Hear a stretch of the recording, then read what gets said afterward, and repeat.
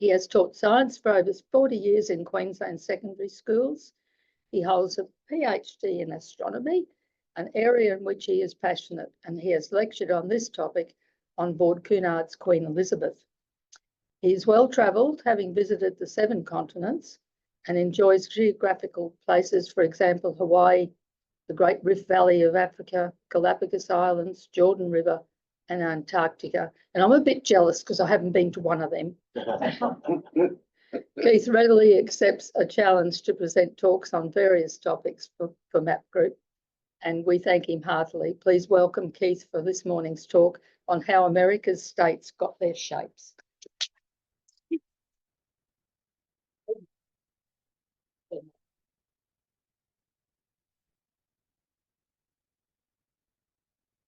Good morning, fellow learners, both here and on Zoom. So how the USA states got their shape. A little bit more interesting than the small number of states that we have in Australia, but I'm going to go through a little bit of the history and the geography of how these particular shapes came about.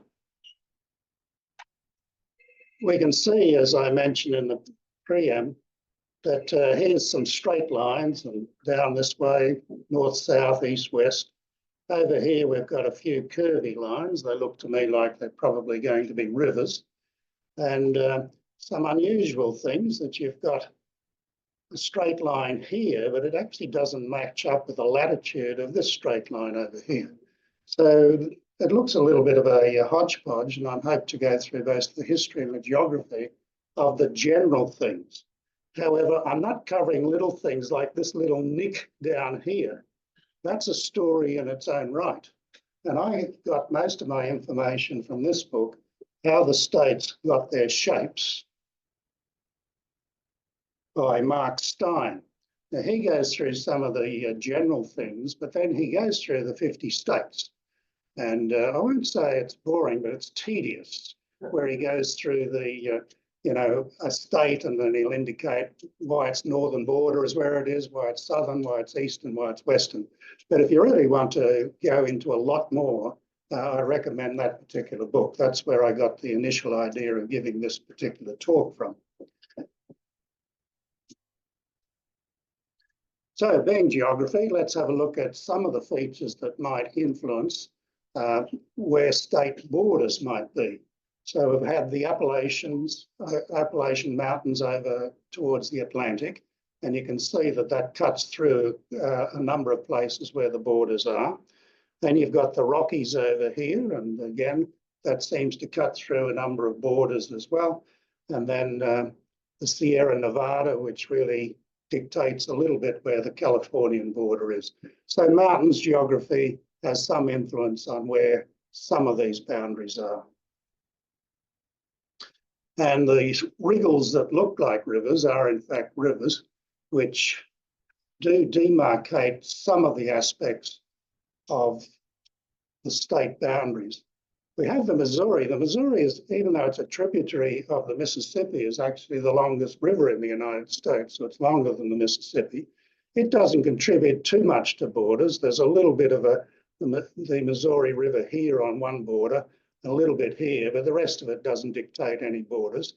Certainly the Mississippi is really the boundary right up through here of a tremendous number of states. And then you've got its tributary, the Ohio, which is also cutting and creating the boundaries for a number of states. To a lesser extent, you've got the St. Lawrence River, which carves up here, so the boundary, the United States away from Canada. You've got the Columbia, which dictates a little bit of the border down here, the Colorado, a little bit of California, and the Rio Grande, this part of Texas, is the separation between that part of Texas and Mexico. So certainly rivers do contribute to some of the boundaries. So the original 13 states from 1790 are these red ones through here. These were settled mainly from England. However, the oldest still existing town in the United States is down here in Florida, which was St. Augustine, and which was Spanish. So we've got to kind of remember there are other nations here as well. And this is talking about Europeans. Obviously, what we refer to as Indians were here a long time before that. But there's a few places in Virginia here. There's a group of royalists that came over with a lot of indentured labourers, and they set up in Virginia. And from Virginia, they tended to spread out to other places. You've got up here Massachusetts, named after the local Indian group that was there before they were chased out. So that was settled as the Massachusetts Bay Colony, which was a place that the pilgrims from England, being persecuted really by the Anglicans in charge at that time, they decided they wanted a place that they could have their religion and be free from all of this persecution. There's a great book that I'd recommend, which is called Albion's Seed, Albion, which was an older name for England, Albion's Seed. And in it, this fellow traces or proposes that even though fewer than 20% of the United States citizens would be derived from England now, he indicates that these early settlements are very, very strong and still some of the patterns that exist in the United States. For instance, he traces the idea of the pilgrims in Massachusetts that they were very keen on people being able to read and write, particularly their own children, so that they could read the Bible.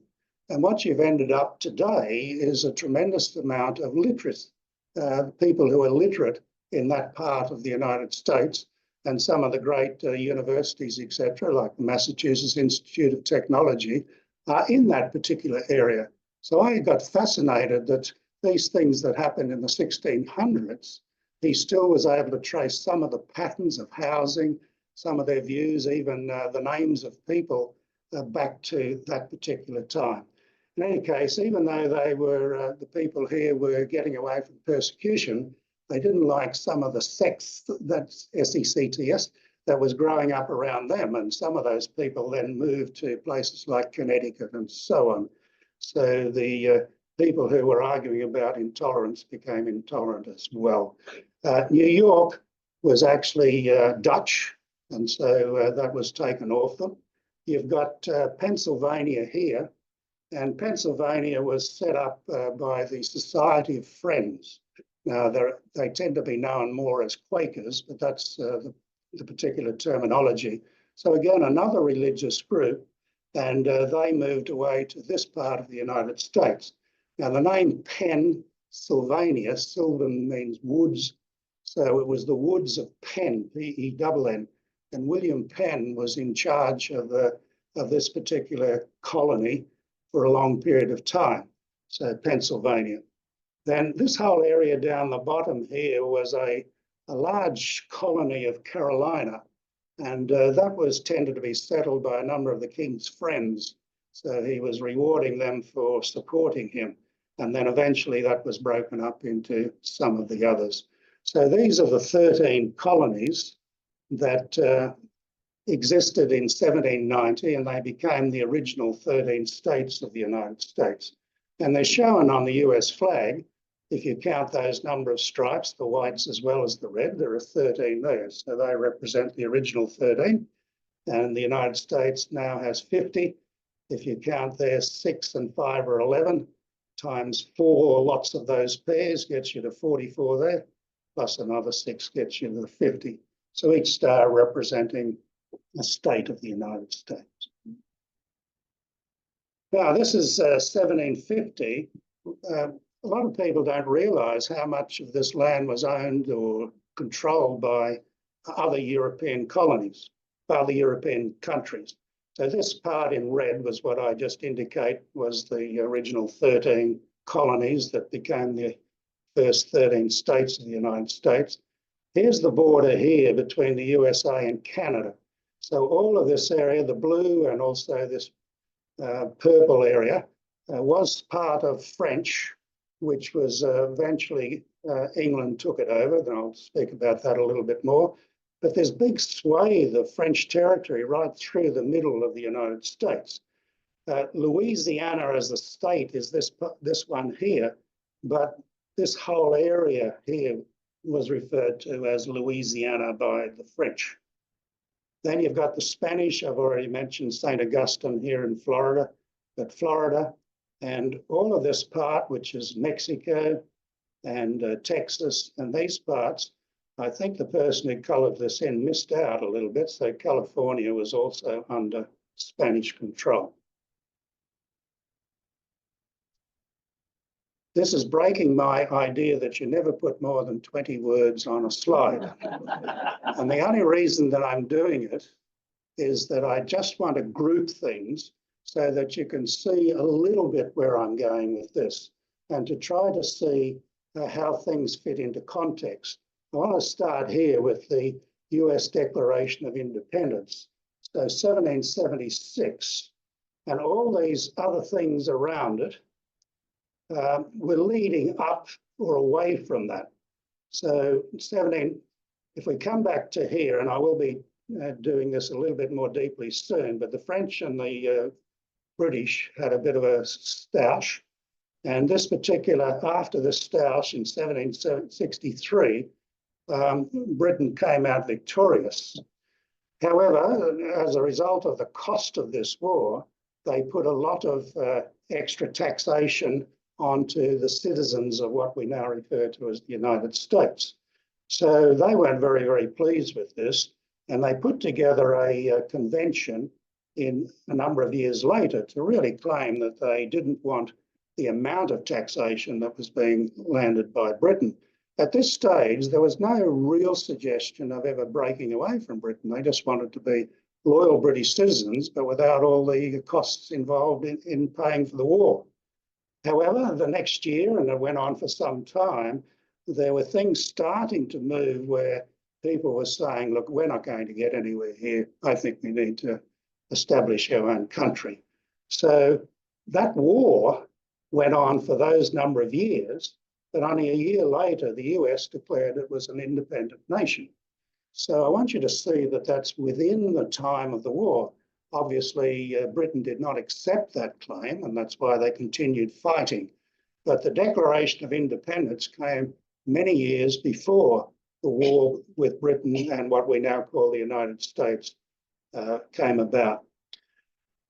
Don't worry about that name. I've just put in these few things. There were a number of deals that were made, and I'll be covering those throughout that time. So this is between the UK and Spain. Then I'll be speaking about French and again, Great Britain and Spain, and then the Mexican War. So as I said, no need to worry too much about that. I just want you to see that this war came before the USA existed, and then quite a number of agreements came after the USA was now a nation. Okay, French and Indian War, it's called. It was between the French and the English, French and Britain. And the Indians had been fighting each other in tribes anyway. So they saw the opportunity that if they backed the right horse, they would be able to beat their own intertribal groups that they were fighting with. So it was really a French with Indian groups versus the British with Indian groups.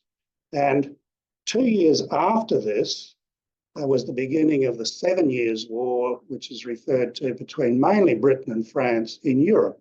So this is a little skirmish on the other side of the world of a bigger skirmish that was going on. Spain also backed France in that 7 Years' War. So this went on for this time. England or Britain and its Indians won that particular war. And so the French gave up this part of the territory. Now these they're coloured in as states, but at this time, it was really what was called the Northwest Territory. Now, when I firstly came about through this, I thought, well, the Northwest Territory is over here. But we've got to remember that this is the United States, or what became the United States down here. And so northwest of that is just this particular group here. So they weren't states at this time. And what occurred is that the French gave up these particular states to the British. This is the Ohio River. And so what was north of the Ohio River and along this border is the Mississippi. So what was east of the Mississippi.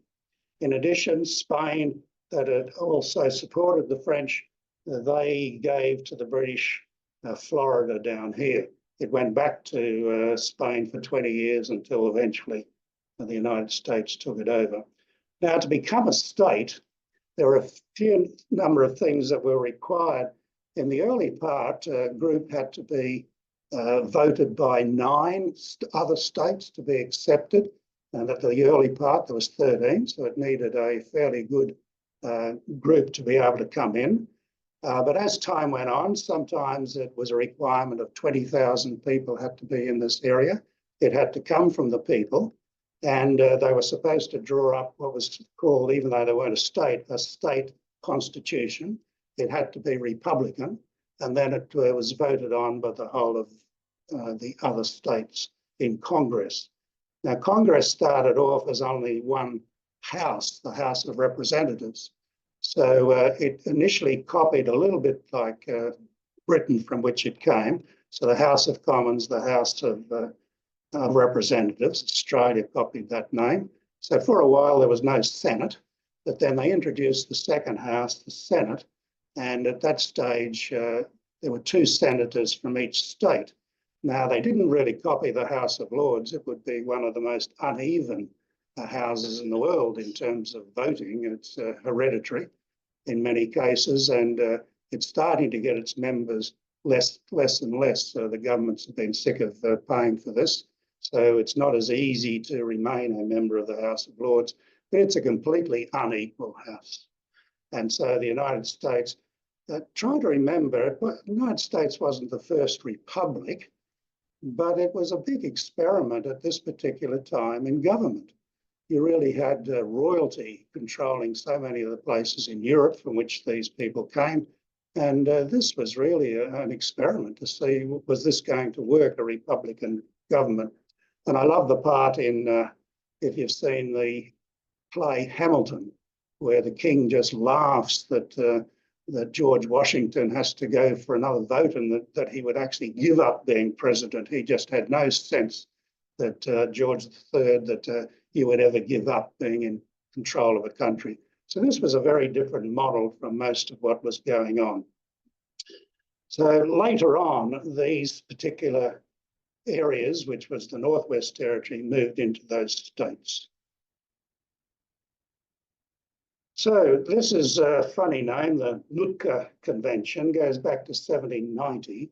It's a particular bay that's in this area of the world near Vancouver. And so these countries nearly went to war over where they were going to divide their interests on the west coast of the United States.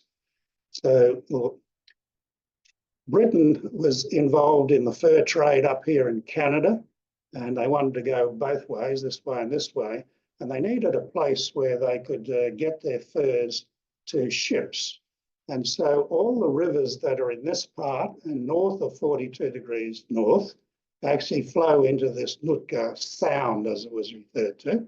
And Spain had this area down here, California, and all the rivers below 42 degrees north found their way, most of them, to San Francisco Bay. So this became a convenient cutoff for a break between Great Britain and Spain. And then the United States basically inherited that once they got rid of Spain and UK. So it actually is a border that shoots across here based on a 1790 convention to separate that between Great Britain and Spain. Okay, this almost doubled the size of the United States. So by this stage, these colonies were now states, and some of these had become states. This was owned by, this whole area was owned by France. The whole area was referred to as Louisiana. So 1803, good old Napoleon is really getting tired of a few wars. Well, probably not tired, he was just running short of money. And it was actually quite expensive to keep a control of colonies overseas. So as Spain and France found. So in 1803, France decided that money was more important than this particular land, and they sold all of this land to the United States. And as I said, almost doubled the land. So the demarcation beforehand had been the Mississippi River up through here. So to the right was the United States, to the left was France. It was always difficult as to where the western borders of Louisiana were, and even some of these states, it was indicated that probably they owned land right through to the Pacific. It was very hazy when they were given the land. Same here with the French. I mean, you could argue that they had this land right through to here, but Spain may have had something to say about this. So it goes close to the Rockies. The west of the Mississippi and to the Rocky Mountains was considered later on as being the purchase that they made. So all of those areas there were French, and you get names down in Louisiana, etc., like Baton Rouge and so on. So almost third time doubled the size of the United States. Now, Canada. So again, the UK comes into this, Britain comes into this. With the fur trade, they also wanted access to the Great Lakes here and the St. Lawrence River to be able to ship out to England. So 49 degrees allowed them to come down in the rivers, set up a few places here, and be able to access the Great Lakes that are in here. And the United States at that stage was happy enough to go along with that. So that's why that's a straight border. These little nicks here, if you want more, you can go to that book that I recommended. As I said, there's stories in their own right about what happens through here. But there's one of the borders just because of an agreement after the United States exists. So this is 1818.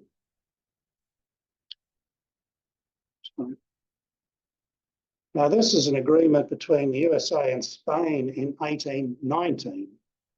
So they kept that 42-degree north, which had been the agreement between the USA, between Great Britain and Spain. So that remained as an agreement. So all this area down through here, Texas at this stage is part of Spain.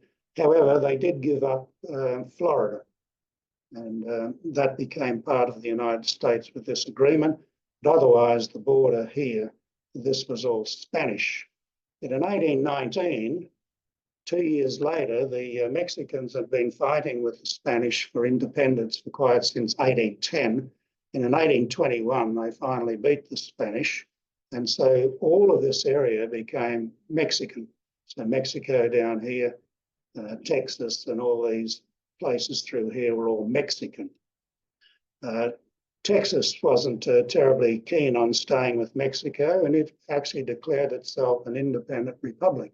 So it was the Republic of Texas existed for a good 10 years before eventually becoming part of the United States. Mexico didn't recognize it and still saw it as part of itself, but it really didn't have the ability to be able to fight much of a war. Slavery. So we tend to think mainly of slaves existing in the southern part of what was the United States at that stage, and not so many in the north. That's not clear-cut, but that's roughly how the Civil War determined the north versus the south. This Carolina that was over here that I mentioned, it was actually granted by the king from 31 degrees north to 36 degrees north, so about there. The hassle with that was that this little bay here was where all the goods of the Carolinas went through. And at that stage, it's in the state of Virginia. So Virginia decided to tax everything that was going through there. So Carolina was paying taxes to Virginia just for using that particular bay. So they petitioned the king to actually say, well, you know, this isn't fair. We want the border to incorporate that. So the king instructed that the border would go from 36 degrees to 36 degrees 30 minutes, or 36.5 degrees. So that then went up, and then they could have this particular part for their exports. So that particular line did continue right across through here. And this little bit over here is also 36.5 degrees. The 37 has no relationship to this 36.5. And I'll show you later how the 37 came across. But there's a 36.5 degree. Now, what does that have to do with slavery? Well, the Congress, there were a lot of moves in Congress to really try to get rid of slavery from the United States. And as we mentioned, they went to a civil war over the whole process. So what was occurring was that the southern states just saw they couldn't survive without slaves. And they were very strong and very careful on really not wanting to get outnumbered by the non-slave states. Otherwise, they saw that Congress might vote slavery out of existence. So this particular, the Congress was interested in this 36.5 degree line to say that any new state west of the Mississippi that became part of the United States could not be a slave state. So it had to be a free state. The South weren't very terribly interested in this. And the people of Missouri here, also particularly down near the border here, weren't very keen on being a non-slave state either. So they speak about the Missouri Compromise in 1820, that the law got watered down, and the indication was, well, nothing north of 36.5 degrees west of the Mississippi can become a slave state, except for Missouri. And it probably delayed the Civil War. They should have had it out there and then. It may have been a same result, but for a fewer number of people being killed. Anyway, that's the 36.5 degrees. That is a boundary that goes right across here and goes across this little panhandle as well. I'm not going into why that exists. That's in that particular book if you want to chase that up. Okay, so I said Mexico became independent from Spain 2 years after that other agreement. So this was all the land that belonged to Mexico. I've already mentioned that Texas became an independent republic and sided with the United States and became part of the United States. But then all of these other areas here became part of the United States after the US beat Mexico in the war. Things like Texas, it was a republic, but it was happy enough to become part of the United States. The slave states wanted Texas to be cut into about 5 states because they would have a very, very large support for being able to remain non-slave. However, the Texans themselves weren't interested in that, and they remained as one. I just thought of a joke that I remember about Texan. A Texan was over in Ireland, and he was talking to the Irish landholder, and he said to him, how much land do you own? And he said, oh, from that post there to up to there and over to here and over to here. And the Texan, I won't put on the US accent, but he said, wow, where I come from, my property is so big that I would take a whole day to drive around the outside of it in my car. And the Irishman said, oh, I used to have a car like that. So it remained and wanted to remain as one, and it got its way. And so that's why it's so big. The same with California. There was moves to try to break it into 3, and they resisted the idea, and they weren't that keen on joining the United States. So the United States was more keen on getting California. So the Congress gave in at that stage and accepted the whole part of California. Now, there were areas, Thomas Jefferson had been asked to try to give an idea after the original states had been incorporated as to what should be done with further states. And he actually suggested a 2-degree latitude. There was no suggestion for him on longitude, but he suggested 2 degrees latitude for states. Congress was very keen on the idea of equality of area for the states. They didn't change any of the stuff over here on the Atlantic. That's all historically done from the settlements there. But they did make changes over here and made these 4 states, North Dakota, South Dakota, Nebraska, and Kansas, 3 degrees in latitude. And that's why that 49 was decided between Canada and the UK. And as you come down those 4, 3, 12, you get to 37.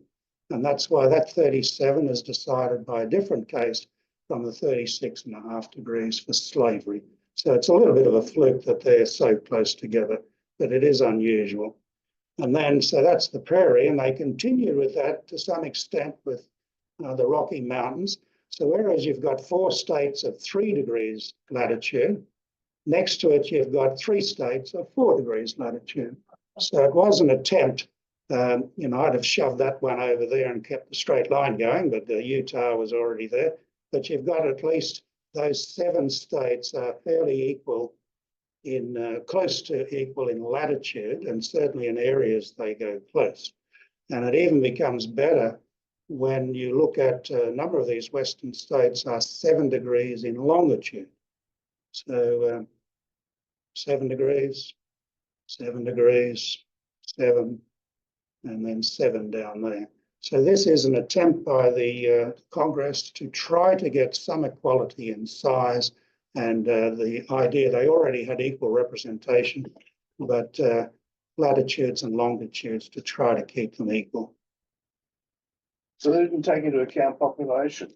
No, it just had to be a minimum, Bob. It was one stage was 20,000, and then actually, Janine, do you know, to become 60,000 later, or the population to become a state? No. So it was 20,000 in the early, they had to have that population. But somewhere I read later it was 60,000, but I'm not quite sure of that figure. So they did have to have a minimum number of people. Yeah, so did we. Queensland, New South Wales. Yeah. 25. So this area here, there were borders drawn elsewhere, and Michigan actually had a fair bit of this area down here. But Illinois in particular wanted to have access to New York and wanted to have access to New York via the Great Lakes. Much cheaper to be able to move goods on water than it was on land. So they actually pushed for some access, and they've got this little bit here that at least gives them access through the Great Lakes to New York. And Indiana decided, well, they might as well be in it for, might as well be shot for a sheep as a lamb. So they actually had a little bit of access there. Ohio also wanted it. And Pennsylvania, even though it was next to New York, they wanted this little piece here to be able to get out, either to go to New York by ship or to go down the St. Lawrence River. So all of these places around here wanted access to the lakes. So Michigan actually had to give away some of the land that they had actually had as a state. But what they did was to give Michigan a second part up here that's really part of Wisconsin. So here's a case of a state that actually exists in 2 parts that aren't together. It's the only case that I'm aware of in the United States where that occurs. Now, as a result of this, you start getting some states with an excessive number of neighbours. Whether that's good or not is another thing. So there's 2 states with 7 neighbours and 2 states with 8 neighbours. So here we have Colorado in the middle, Wyoming, Nevada, Kansas, a little bit of Oklahoma that comes up through here, New Mexico, Arizona, and Utah. So 7 of those surrounding Colorado. And because of that, the way that this was divided here, you also get Kentucky with 7 neighbours. This line that's down here, I won't go into it much, except it was a line that when the North Carolina and South Carolina were separated, the western boundary was at 35 degrees. And so they continued through these states through here of having that at 35. But here we're talking about the northern border. So you got Kentucky with Missouri, Illinois, Indiana, Ohio, West Virginia, and Tennessee. So then we come to 2 with 8 neighbours. So Colorado, again, because of the way that this division has, you get, wrong way, sorry, Missouri. So because of this little change around here. You get Missouri has 8 neighbours, as does Tennessee.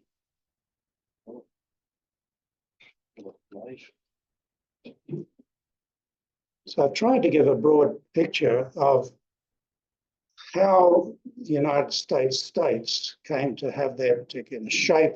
I started with the idea that the Rockies, sorry, not the Rockies, the Appalachian Mountains probably dictated the smallness of the states over on the Atlantic seaboard, and then how things, agreements between different countries determined some of these others, the history of wars, the history of agreements.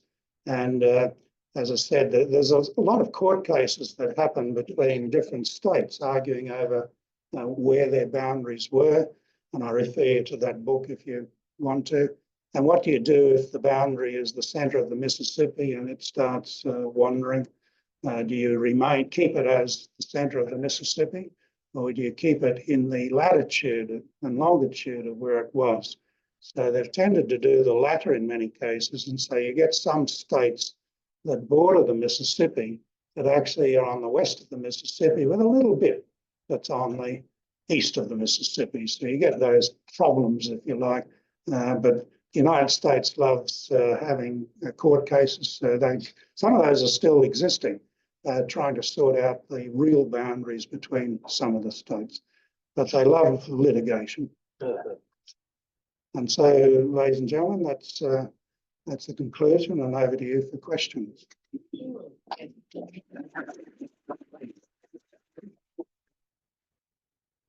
Yes, Bob. Why are the little states all on the East Coast? And the question is, this is for the purpose of those on Zoom, why are the little states on the coast? These were colonies that were granted by the King of England. And so the Appalachian Mountains were along here. So they were granted as little colonies, and nobody saw, it wasn't said that you can't go further than the Appalachians.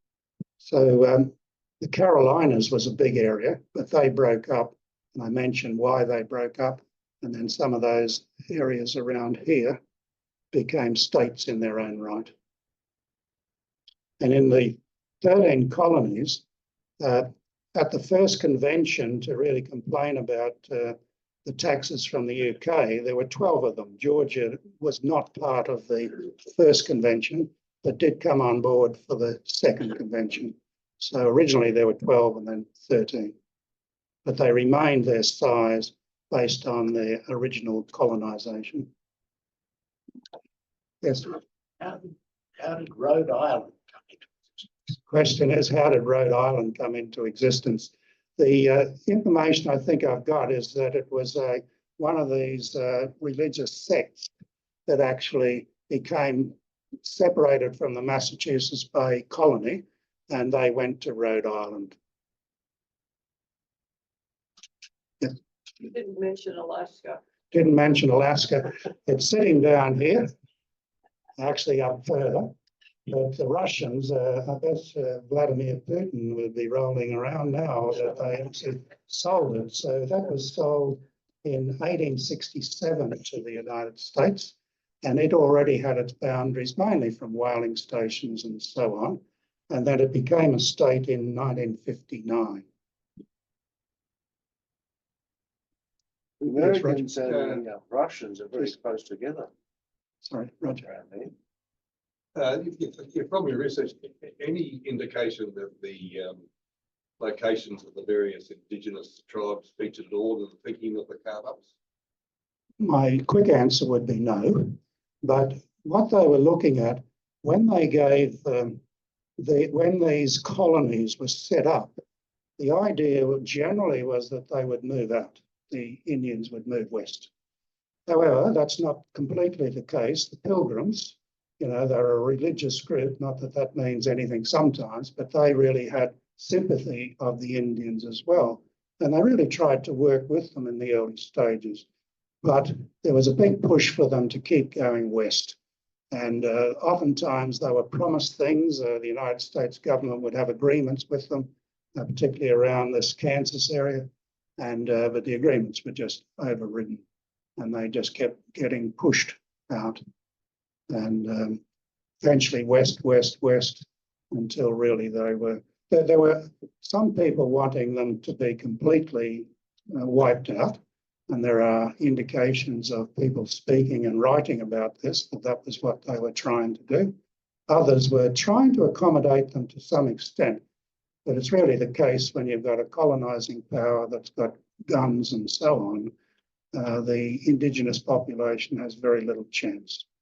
And then, of course, in more modern times, they're on reservations, and their life expectancy is like our Australian Aborigines, much lower than the European population. Bob, you were talking about Alaska. Yes, Alaska and the United States are 55, I think it's miles, 80 kilometre apart. When did the Americans get Hawaii and all the islands? I've written that down here somewhere. 1898, they took over Hawaii. They annexed it. What was occurring, there was a lot of particularly sugarcane farmers from the United States in Hawaii, and they were being taxed by the USA. And they realised that if they were a state or part of the USA, then taxes wouldn't apply. So there was, I won't call it a coup, but close enough, they got rid of the Queen of Hawaii. So it was a kingdom at that stage, or queendom. So they got rid of her, and then they made push for the USA to take them over. USA was very interested in having something way out in the middle of the Pacific, as later on, as the Second World War showed too. So they were keen to annex it, which they did, and I mentioned in 1898, and it also became a state in 1959, the same as Alaska. Yes. As we'll be looking on this map up to November with lots of reds and blues on it, do you see any determinism by the shapes of the states in terms of political landscape we see now? The question is, saying we've got would you call it an interesting political scene coming up in the United States in November? In any case, does that have any influence, the shapes on actually the election result? They have what I call an interesting result, that what they do is states will vote for their president, and let's say California, it usually would go for the Democrat. So even if they only get 51%, each state is given what's called an electoral college number based on their population. And California, having a very large population, has a lot of what they refer to as electoral college. So whichever state, whichever side wins California gets every one of those electoral college votes. They're just a number. I think it's 30 for that. So that's the way they do it. And there's a lot of working as to which way you would go, which states would you prefer. The book I indicated, Albion Seed, is actually a little bit dated, but at the back of it, he goes into the states, he uses red and blue, the states that vote Democrat and Republican, and he traces it back to the settlement of the United States with Europe. And but there's been a change. The southern states used to be very Democratic Party, whereas now they're Republicans. So he actually goes through and gives reasons for why that has occurred. I would suggest it's a great book, even if you flip through it to the back, where he talks about the colours of the states, that it's worthwhile reading. He gives reasons for it. Sometimes he says there's no reason, this was out of the blue, but otherwise his theory is that there are 4 folkways in the United States that came from England. He indicates the Pilgrims were from the east of England, that those who were the Society of Friends or Quakers are from the north and west of England, and also from Wales. He indicates that the Royalists were from the Midlands, and a group of people he refers to as the border people, so the border with England and Scotland, and also Northern Ireland. he indicates that they're really bandits and they've been used to banditry for a long period of time, and that they occupy a lot of those areas of the lower Appalachian Mountains. And when you think of, the Beverly Hillbillies and so on, that lawless group who actually decide that things will be settled by fists or guns. And he indicates that these four groups actually have a really significant effect on the United States today. I'm not giving a very good answer to your actual question, but I believe that he does give a fantastic idea of why some of these states are Democrat, why some are Republican, and why they changed as well. Oh, The Dutch influence in New York State yes. has continued through to the present day because they were very open. I've read history books on the whole, and I've read history books on the United States. And it's fascinating because it continues to this very day. So the comment is that the Dutch had a big influence on New York, and they did. And New York City was actually New Amsterdam until the Dutch took it over. That's till the United States took it over. So yes, there's a big influence in that particular part. That's right. Just a second one. I recall reading somewhere that some of at least one of the states up on the northeast border, are in fact not states, they're commonwealths. Come across that? The question is that some of the states up on the northeast were actually Commonwealth. I haven't come across that particular term, but it doesn't mean it didn't exist.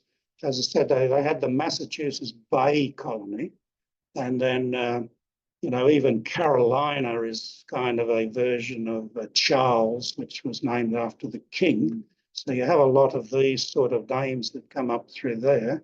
But I don't know, does anybody else know about the Commonwealth? I have heard it. It is the formal name of, and I don't know which one. Massachusetts. Massachusetts. I think I've Commonwealth, heard yes. So the It's the formal name. comment is that it was a formal name, perhaps, of Massachusetts. I only knew Massachusetts as the Massachusetts Bay Colony. But anyway, there's a bit of homework for all of us. And Any more questions? We don't have any on Zoom, so I'll pass it on to Len. I'll pass it back to you. No. Okay. You need that. Do I need that? Okay. You go up there so that they can see you. Oh. Keith always gives us an excellent presentation. And I think today you could say that we've been down a rabbit hole of the United States. And some of the information that Keith has brought out has been very interesting. I did the comparison before that if Keith gave a presentation on the states of Australia, his talk would be finished in 6 minutes because we've only got... Thanks, Keith, for your excellent presentation. I'm sure people will be keen to follow it on YouTube, and the people on Zoom, I'm sure they enjoyed it as well today.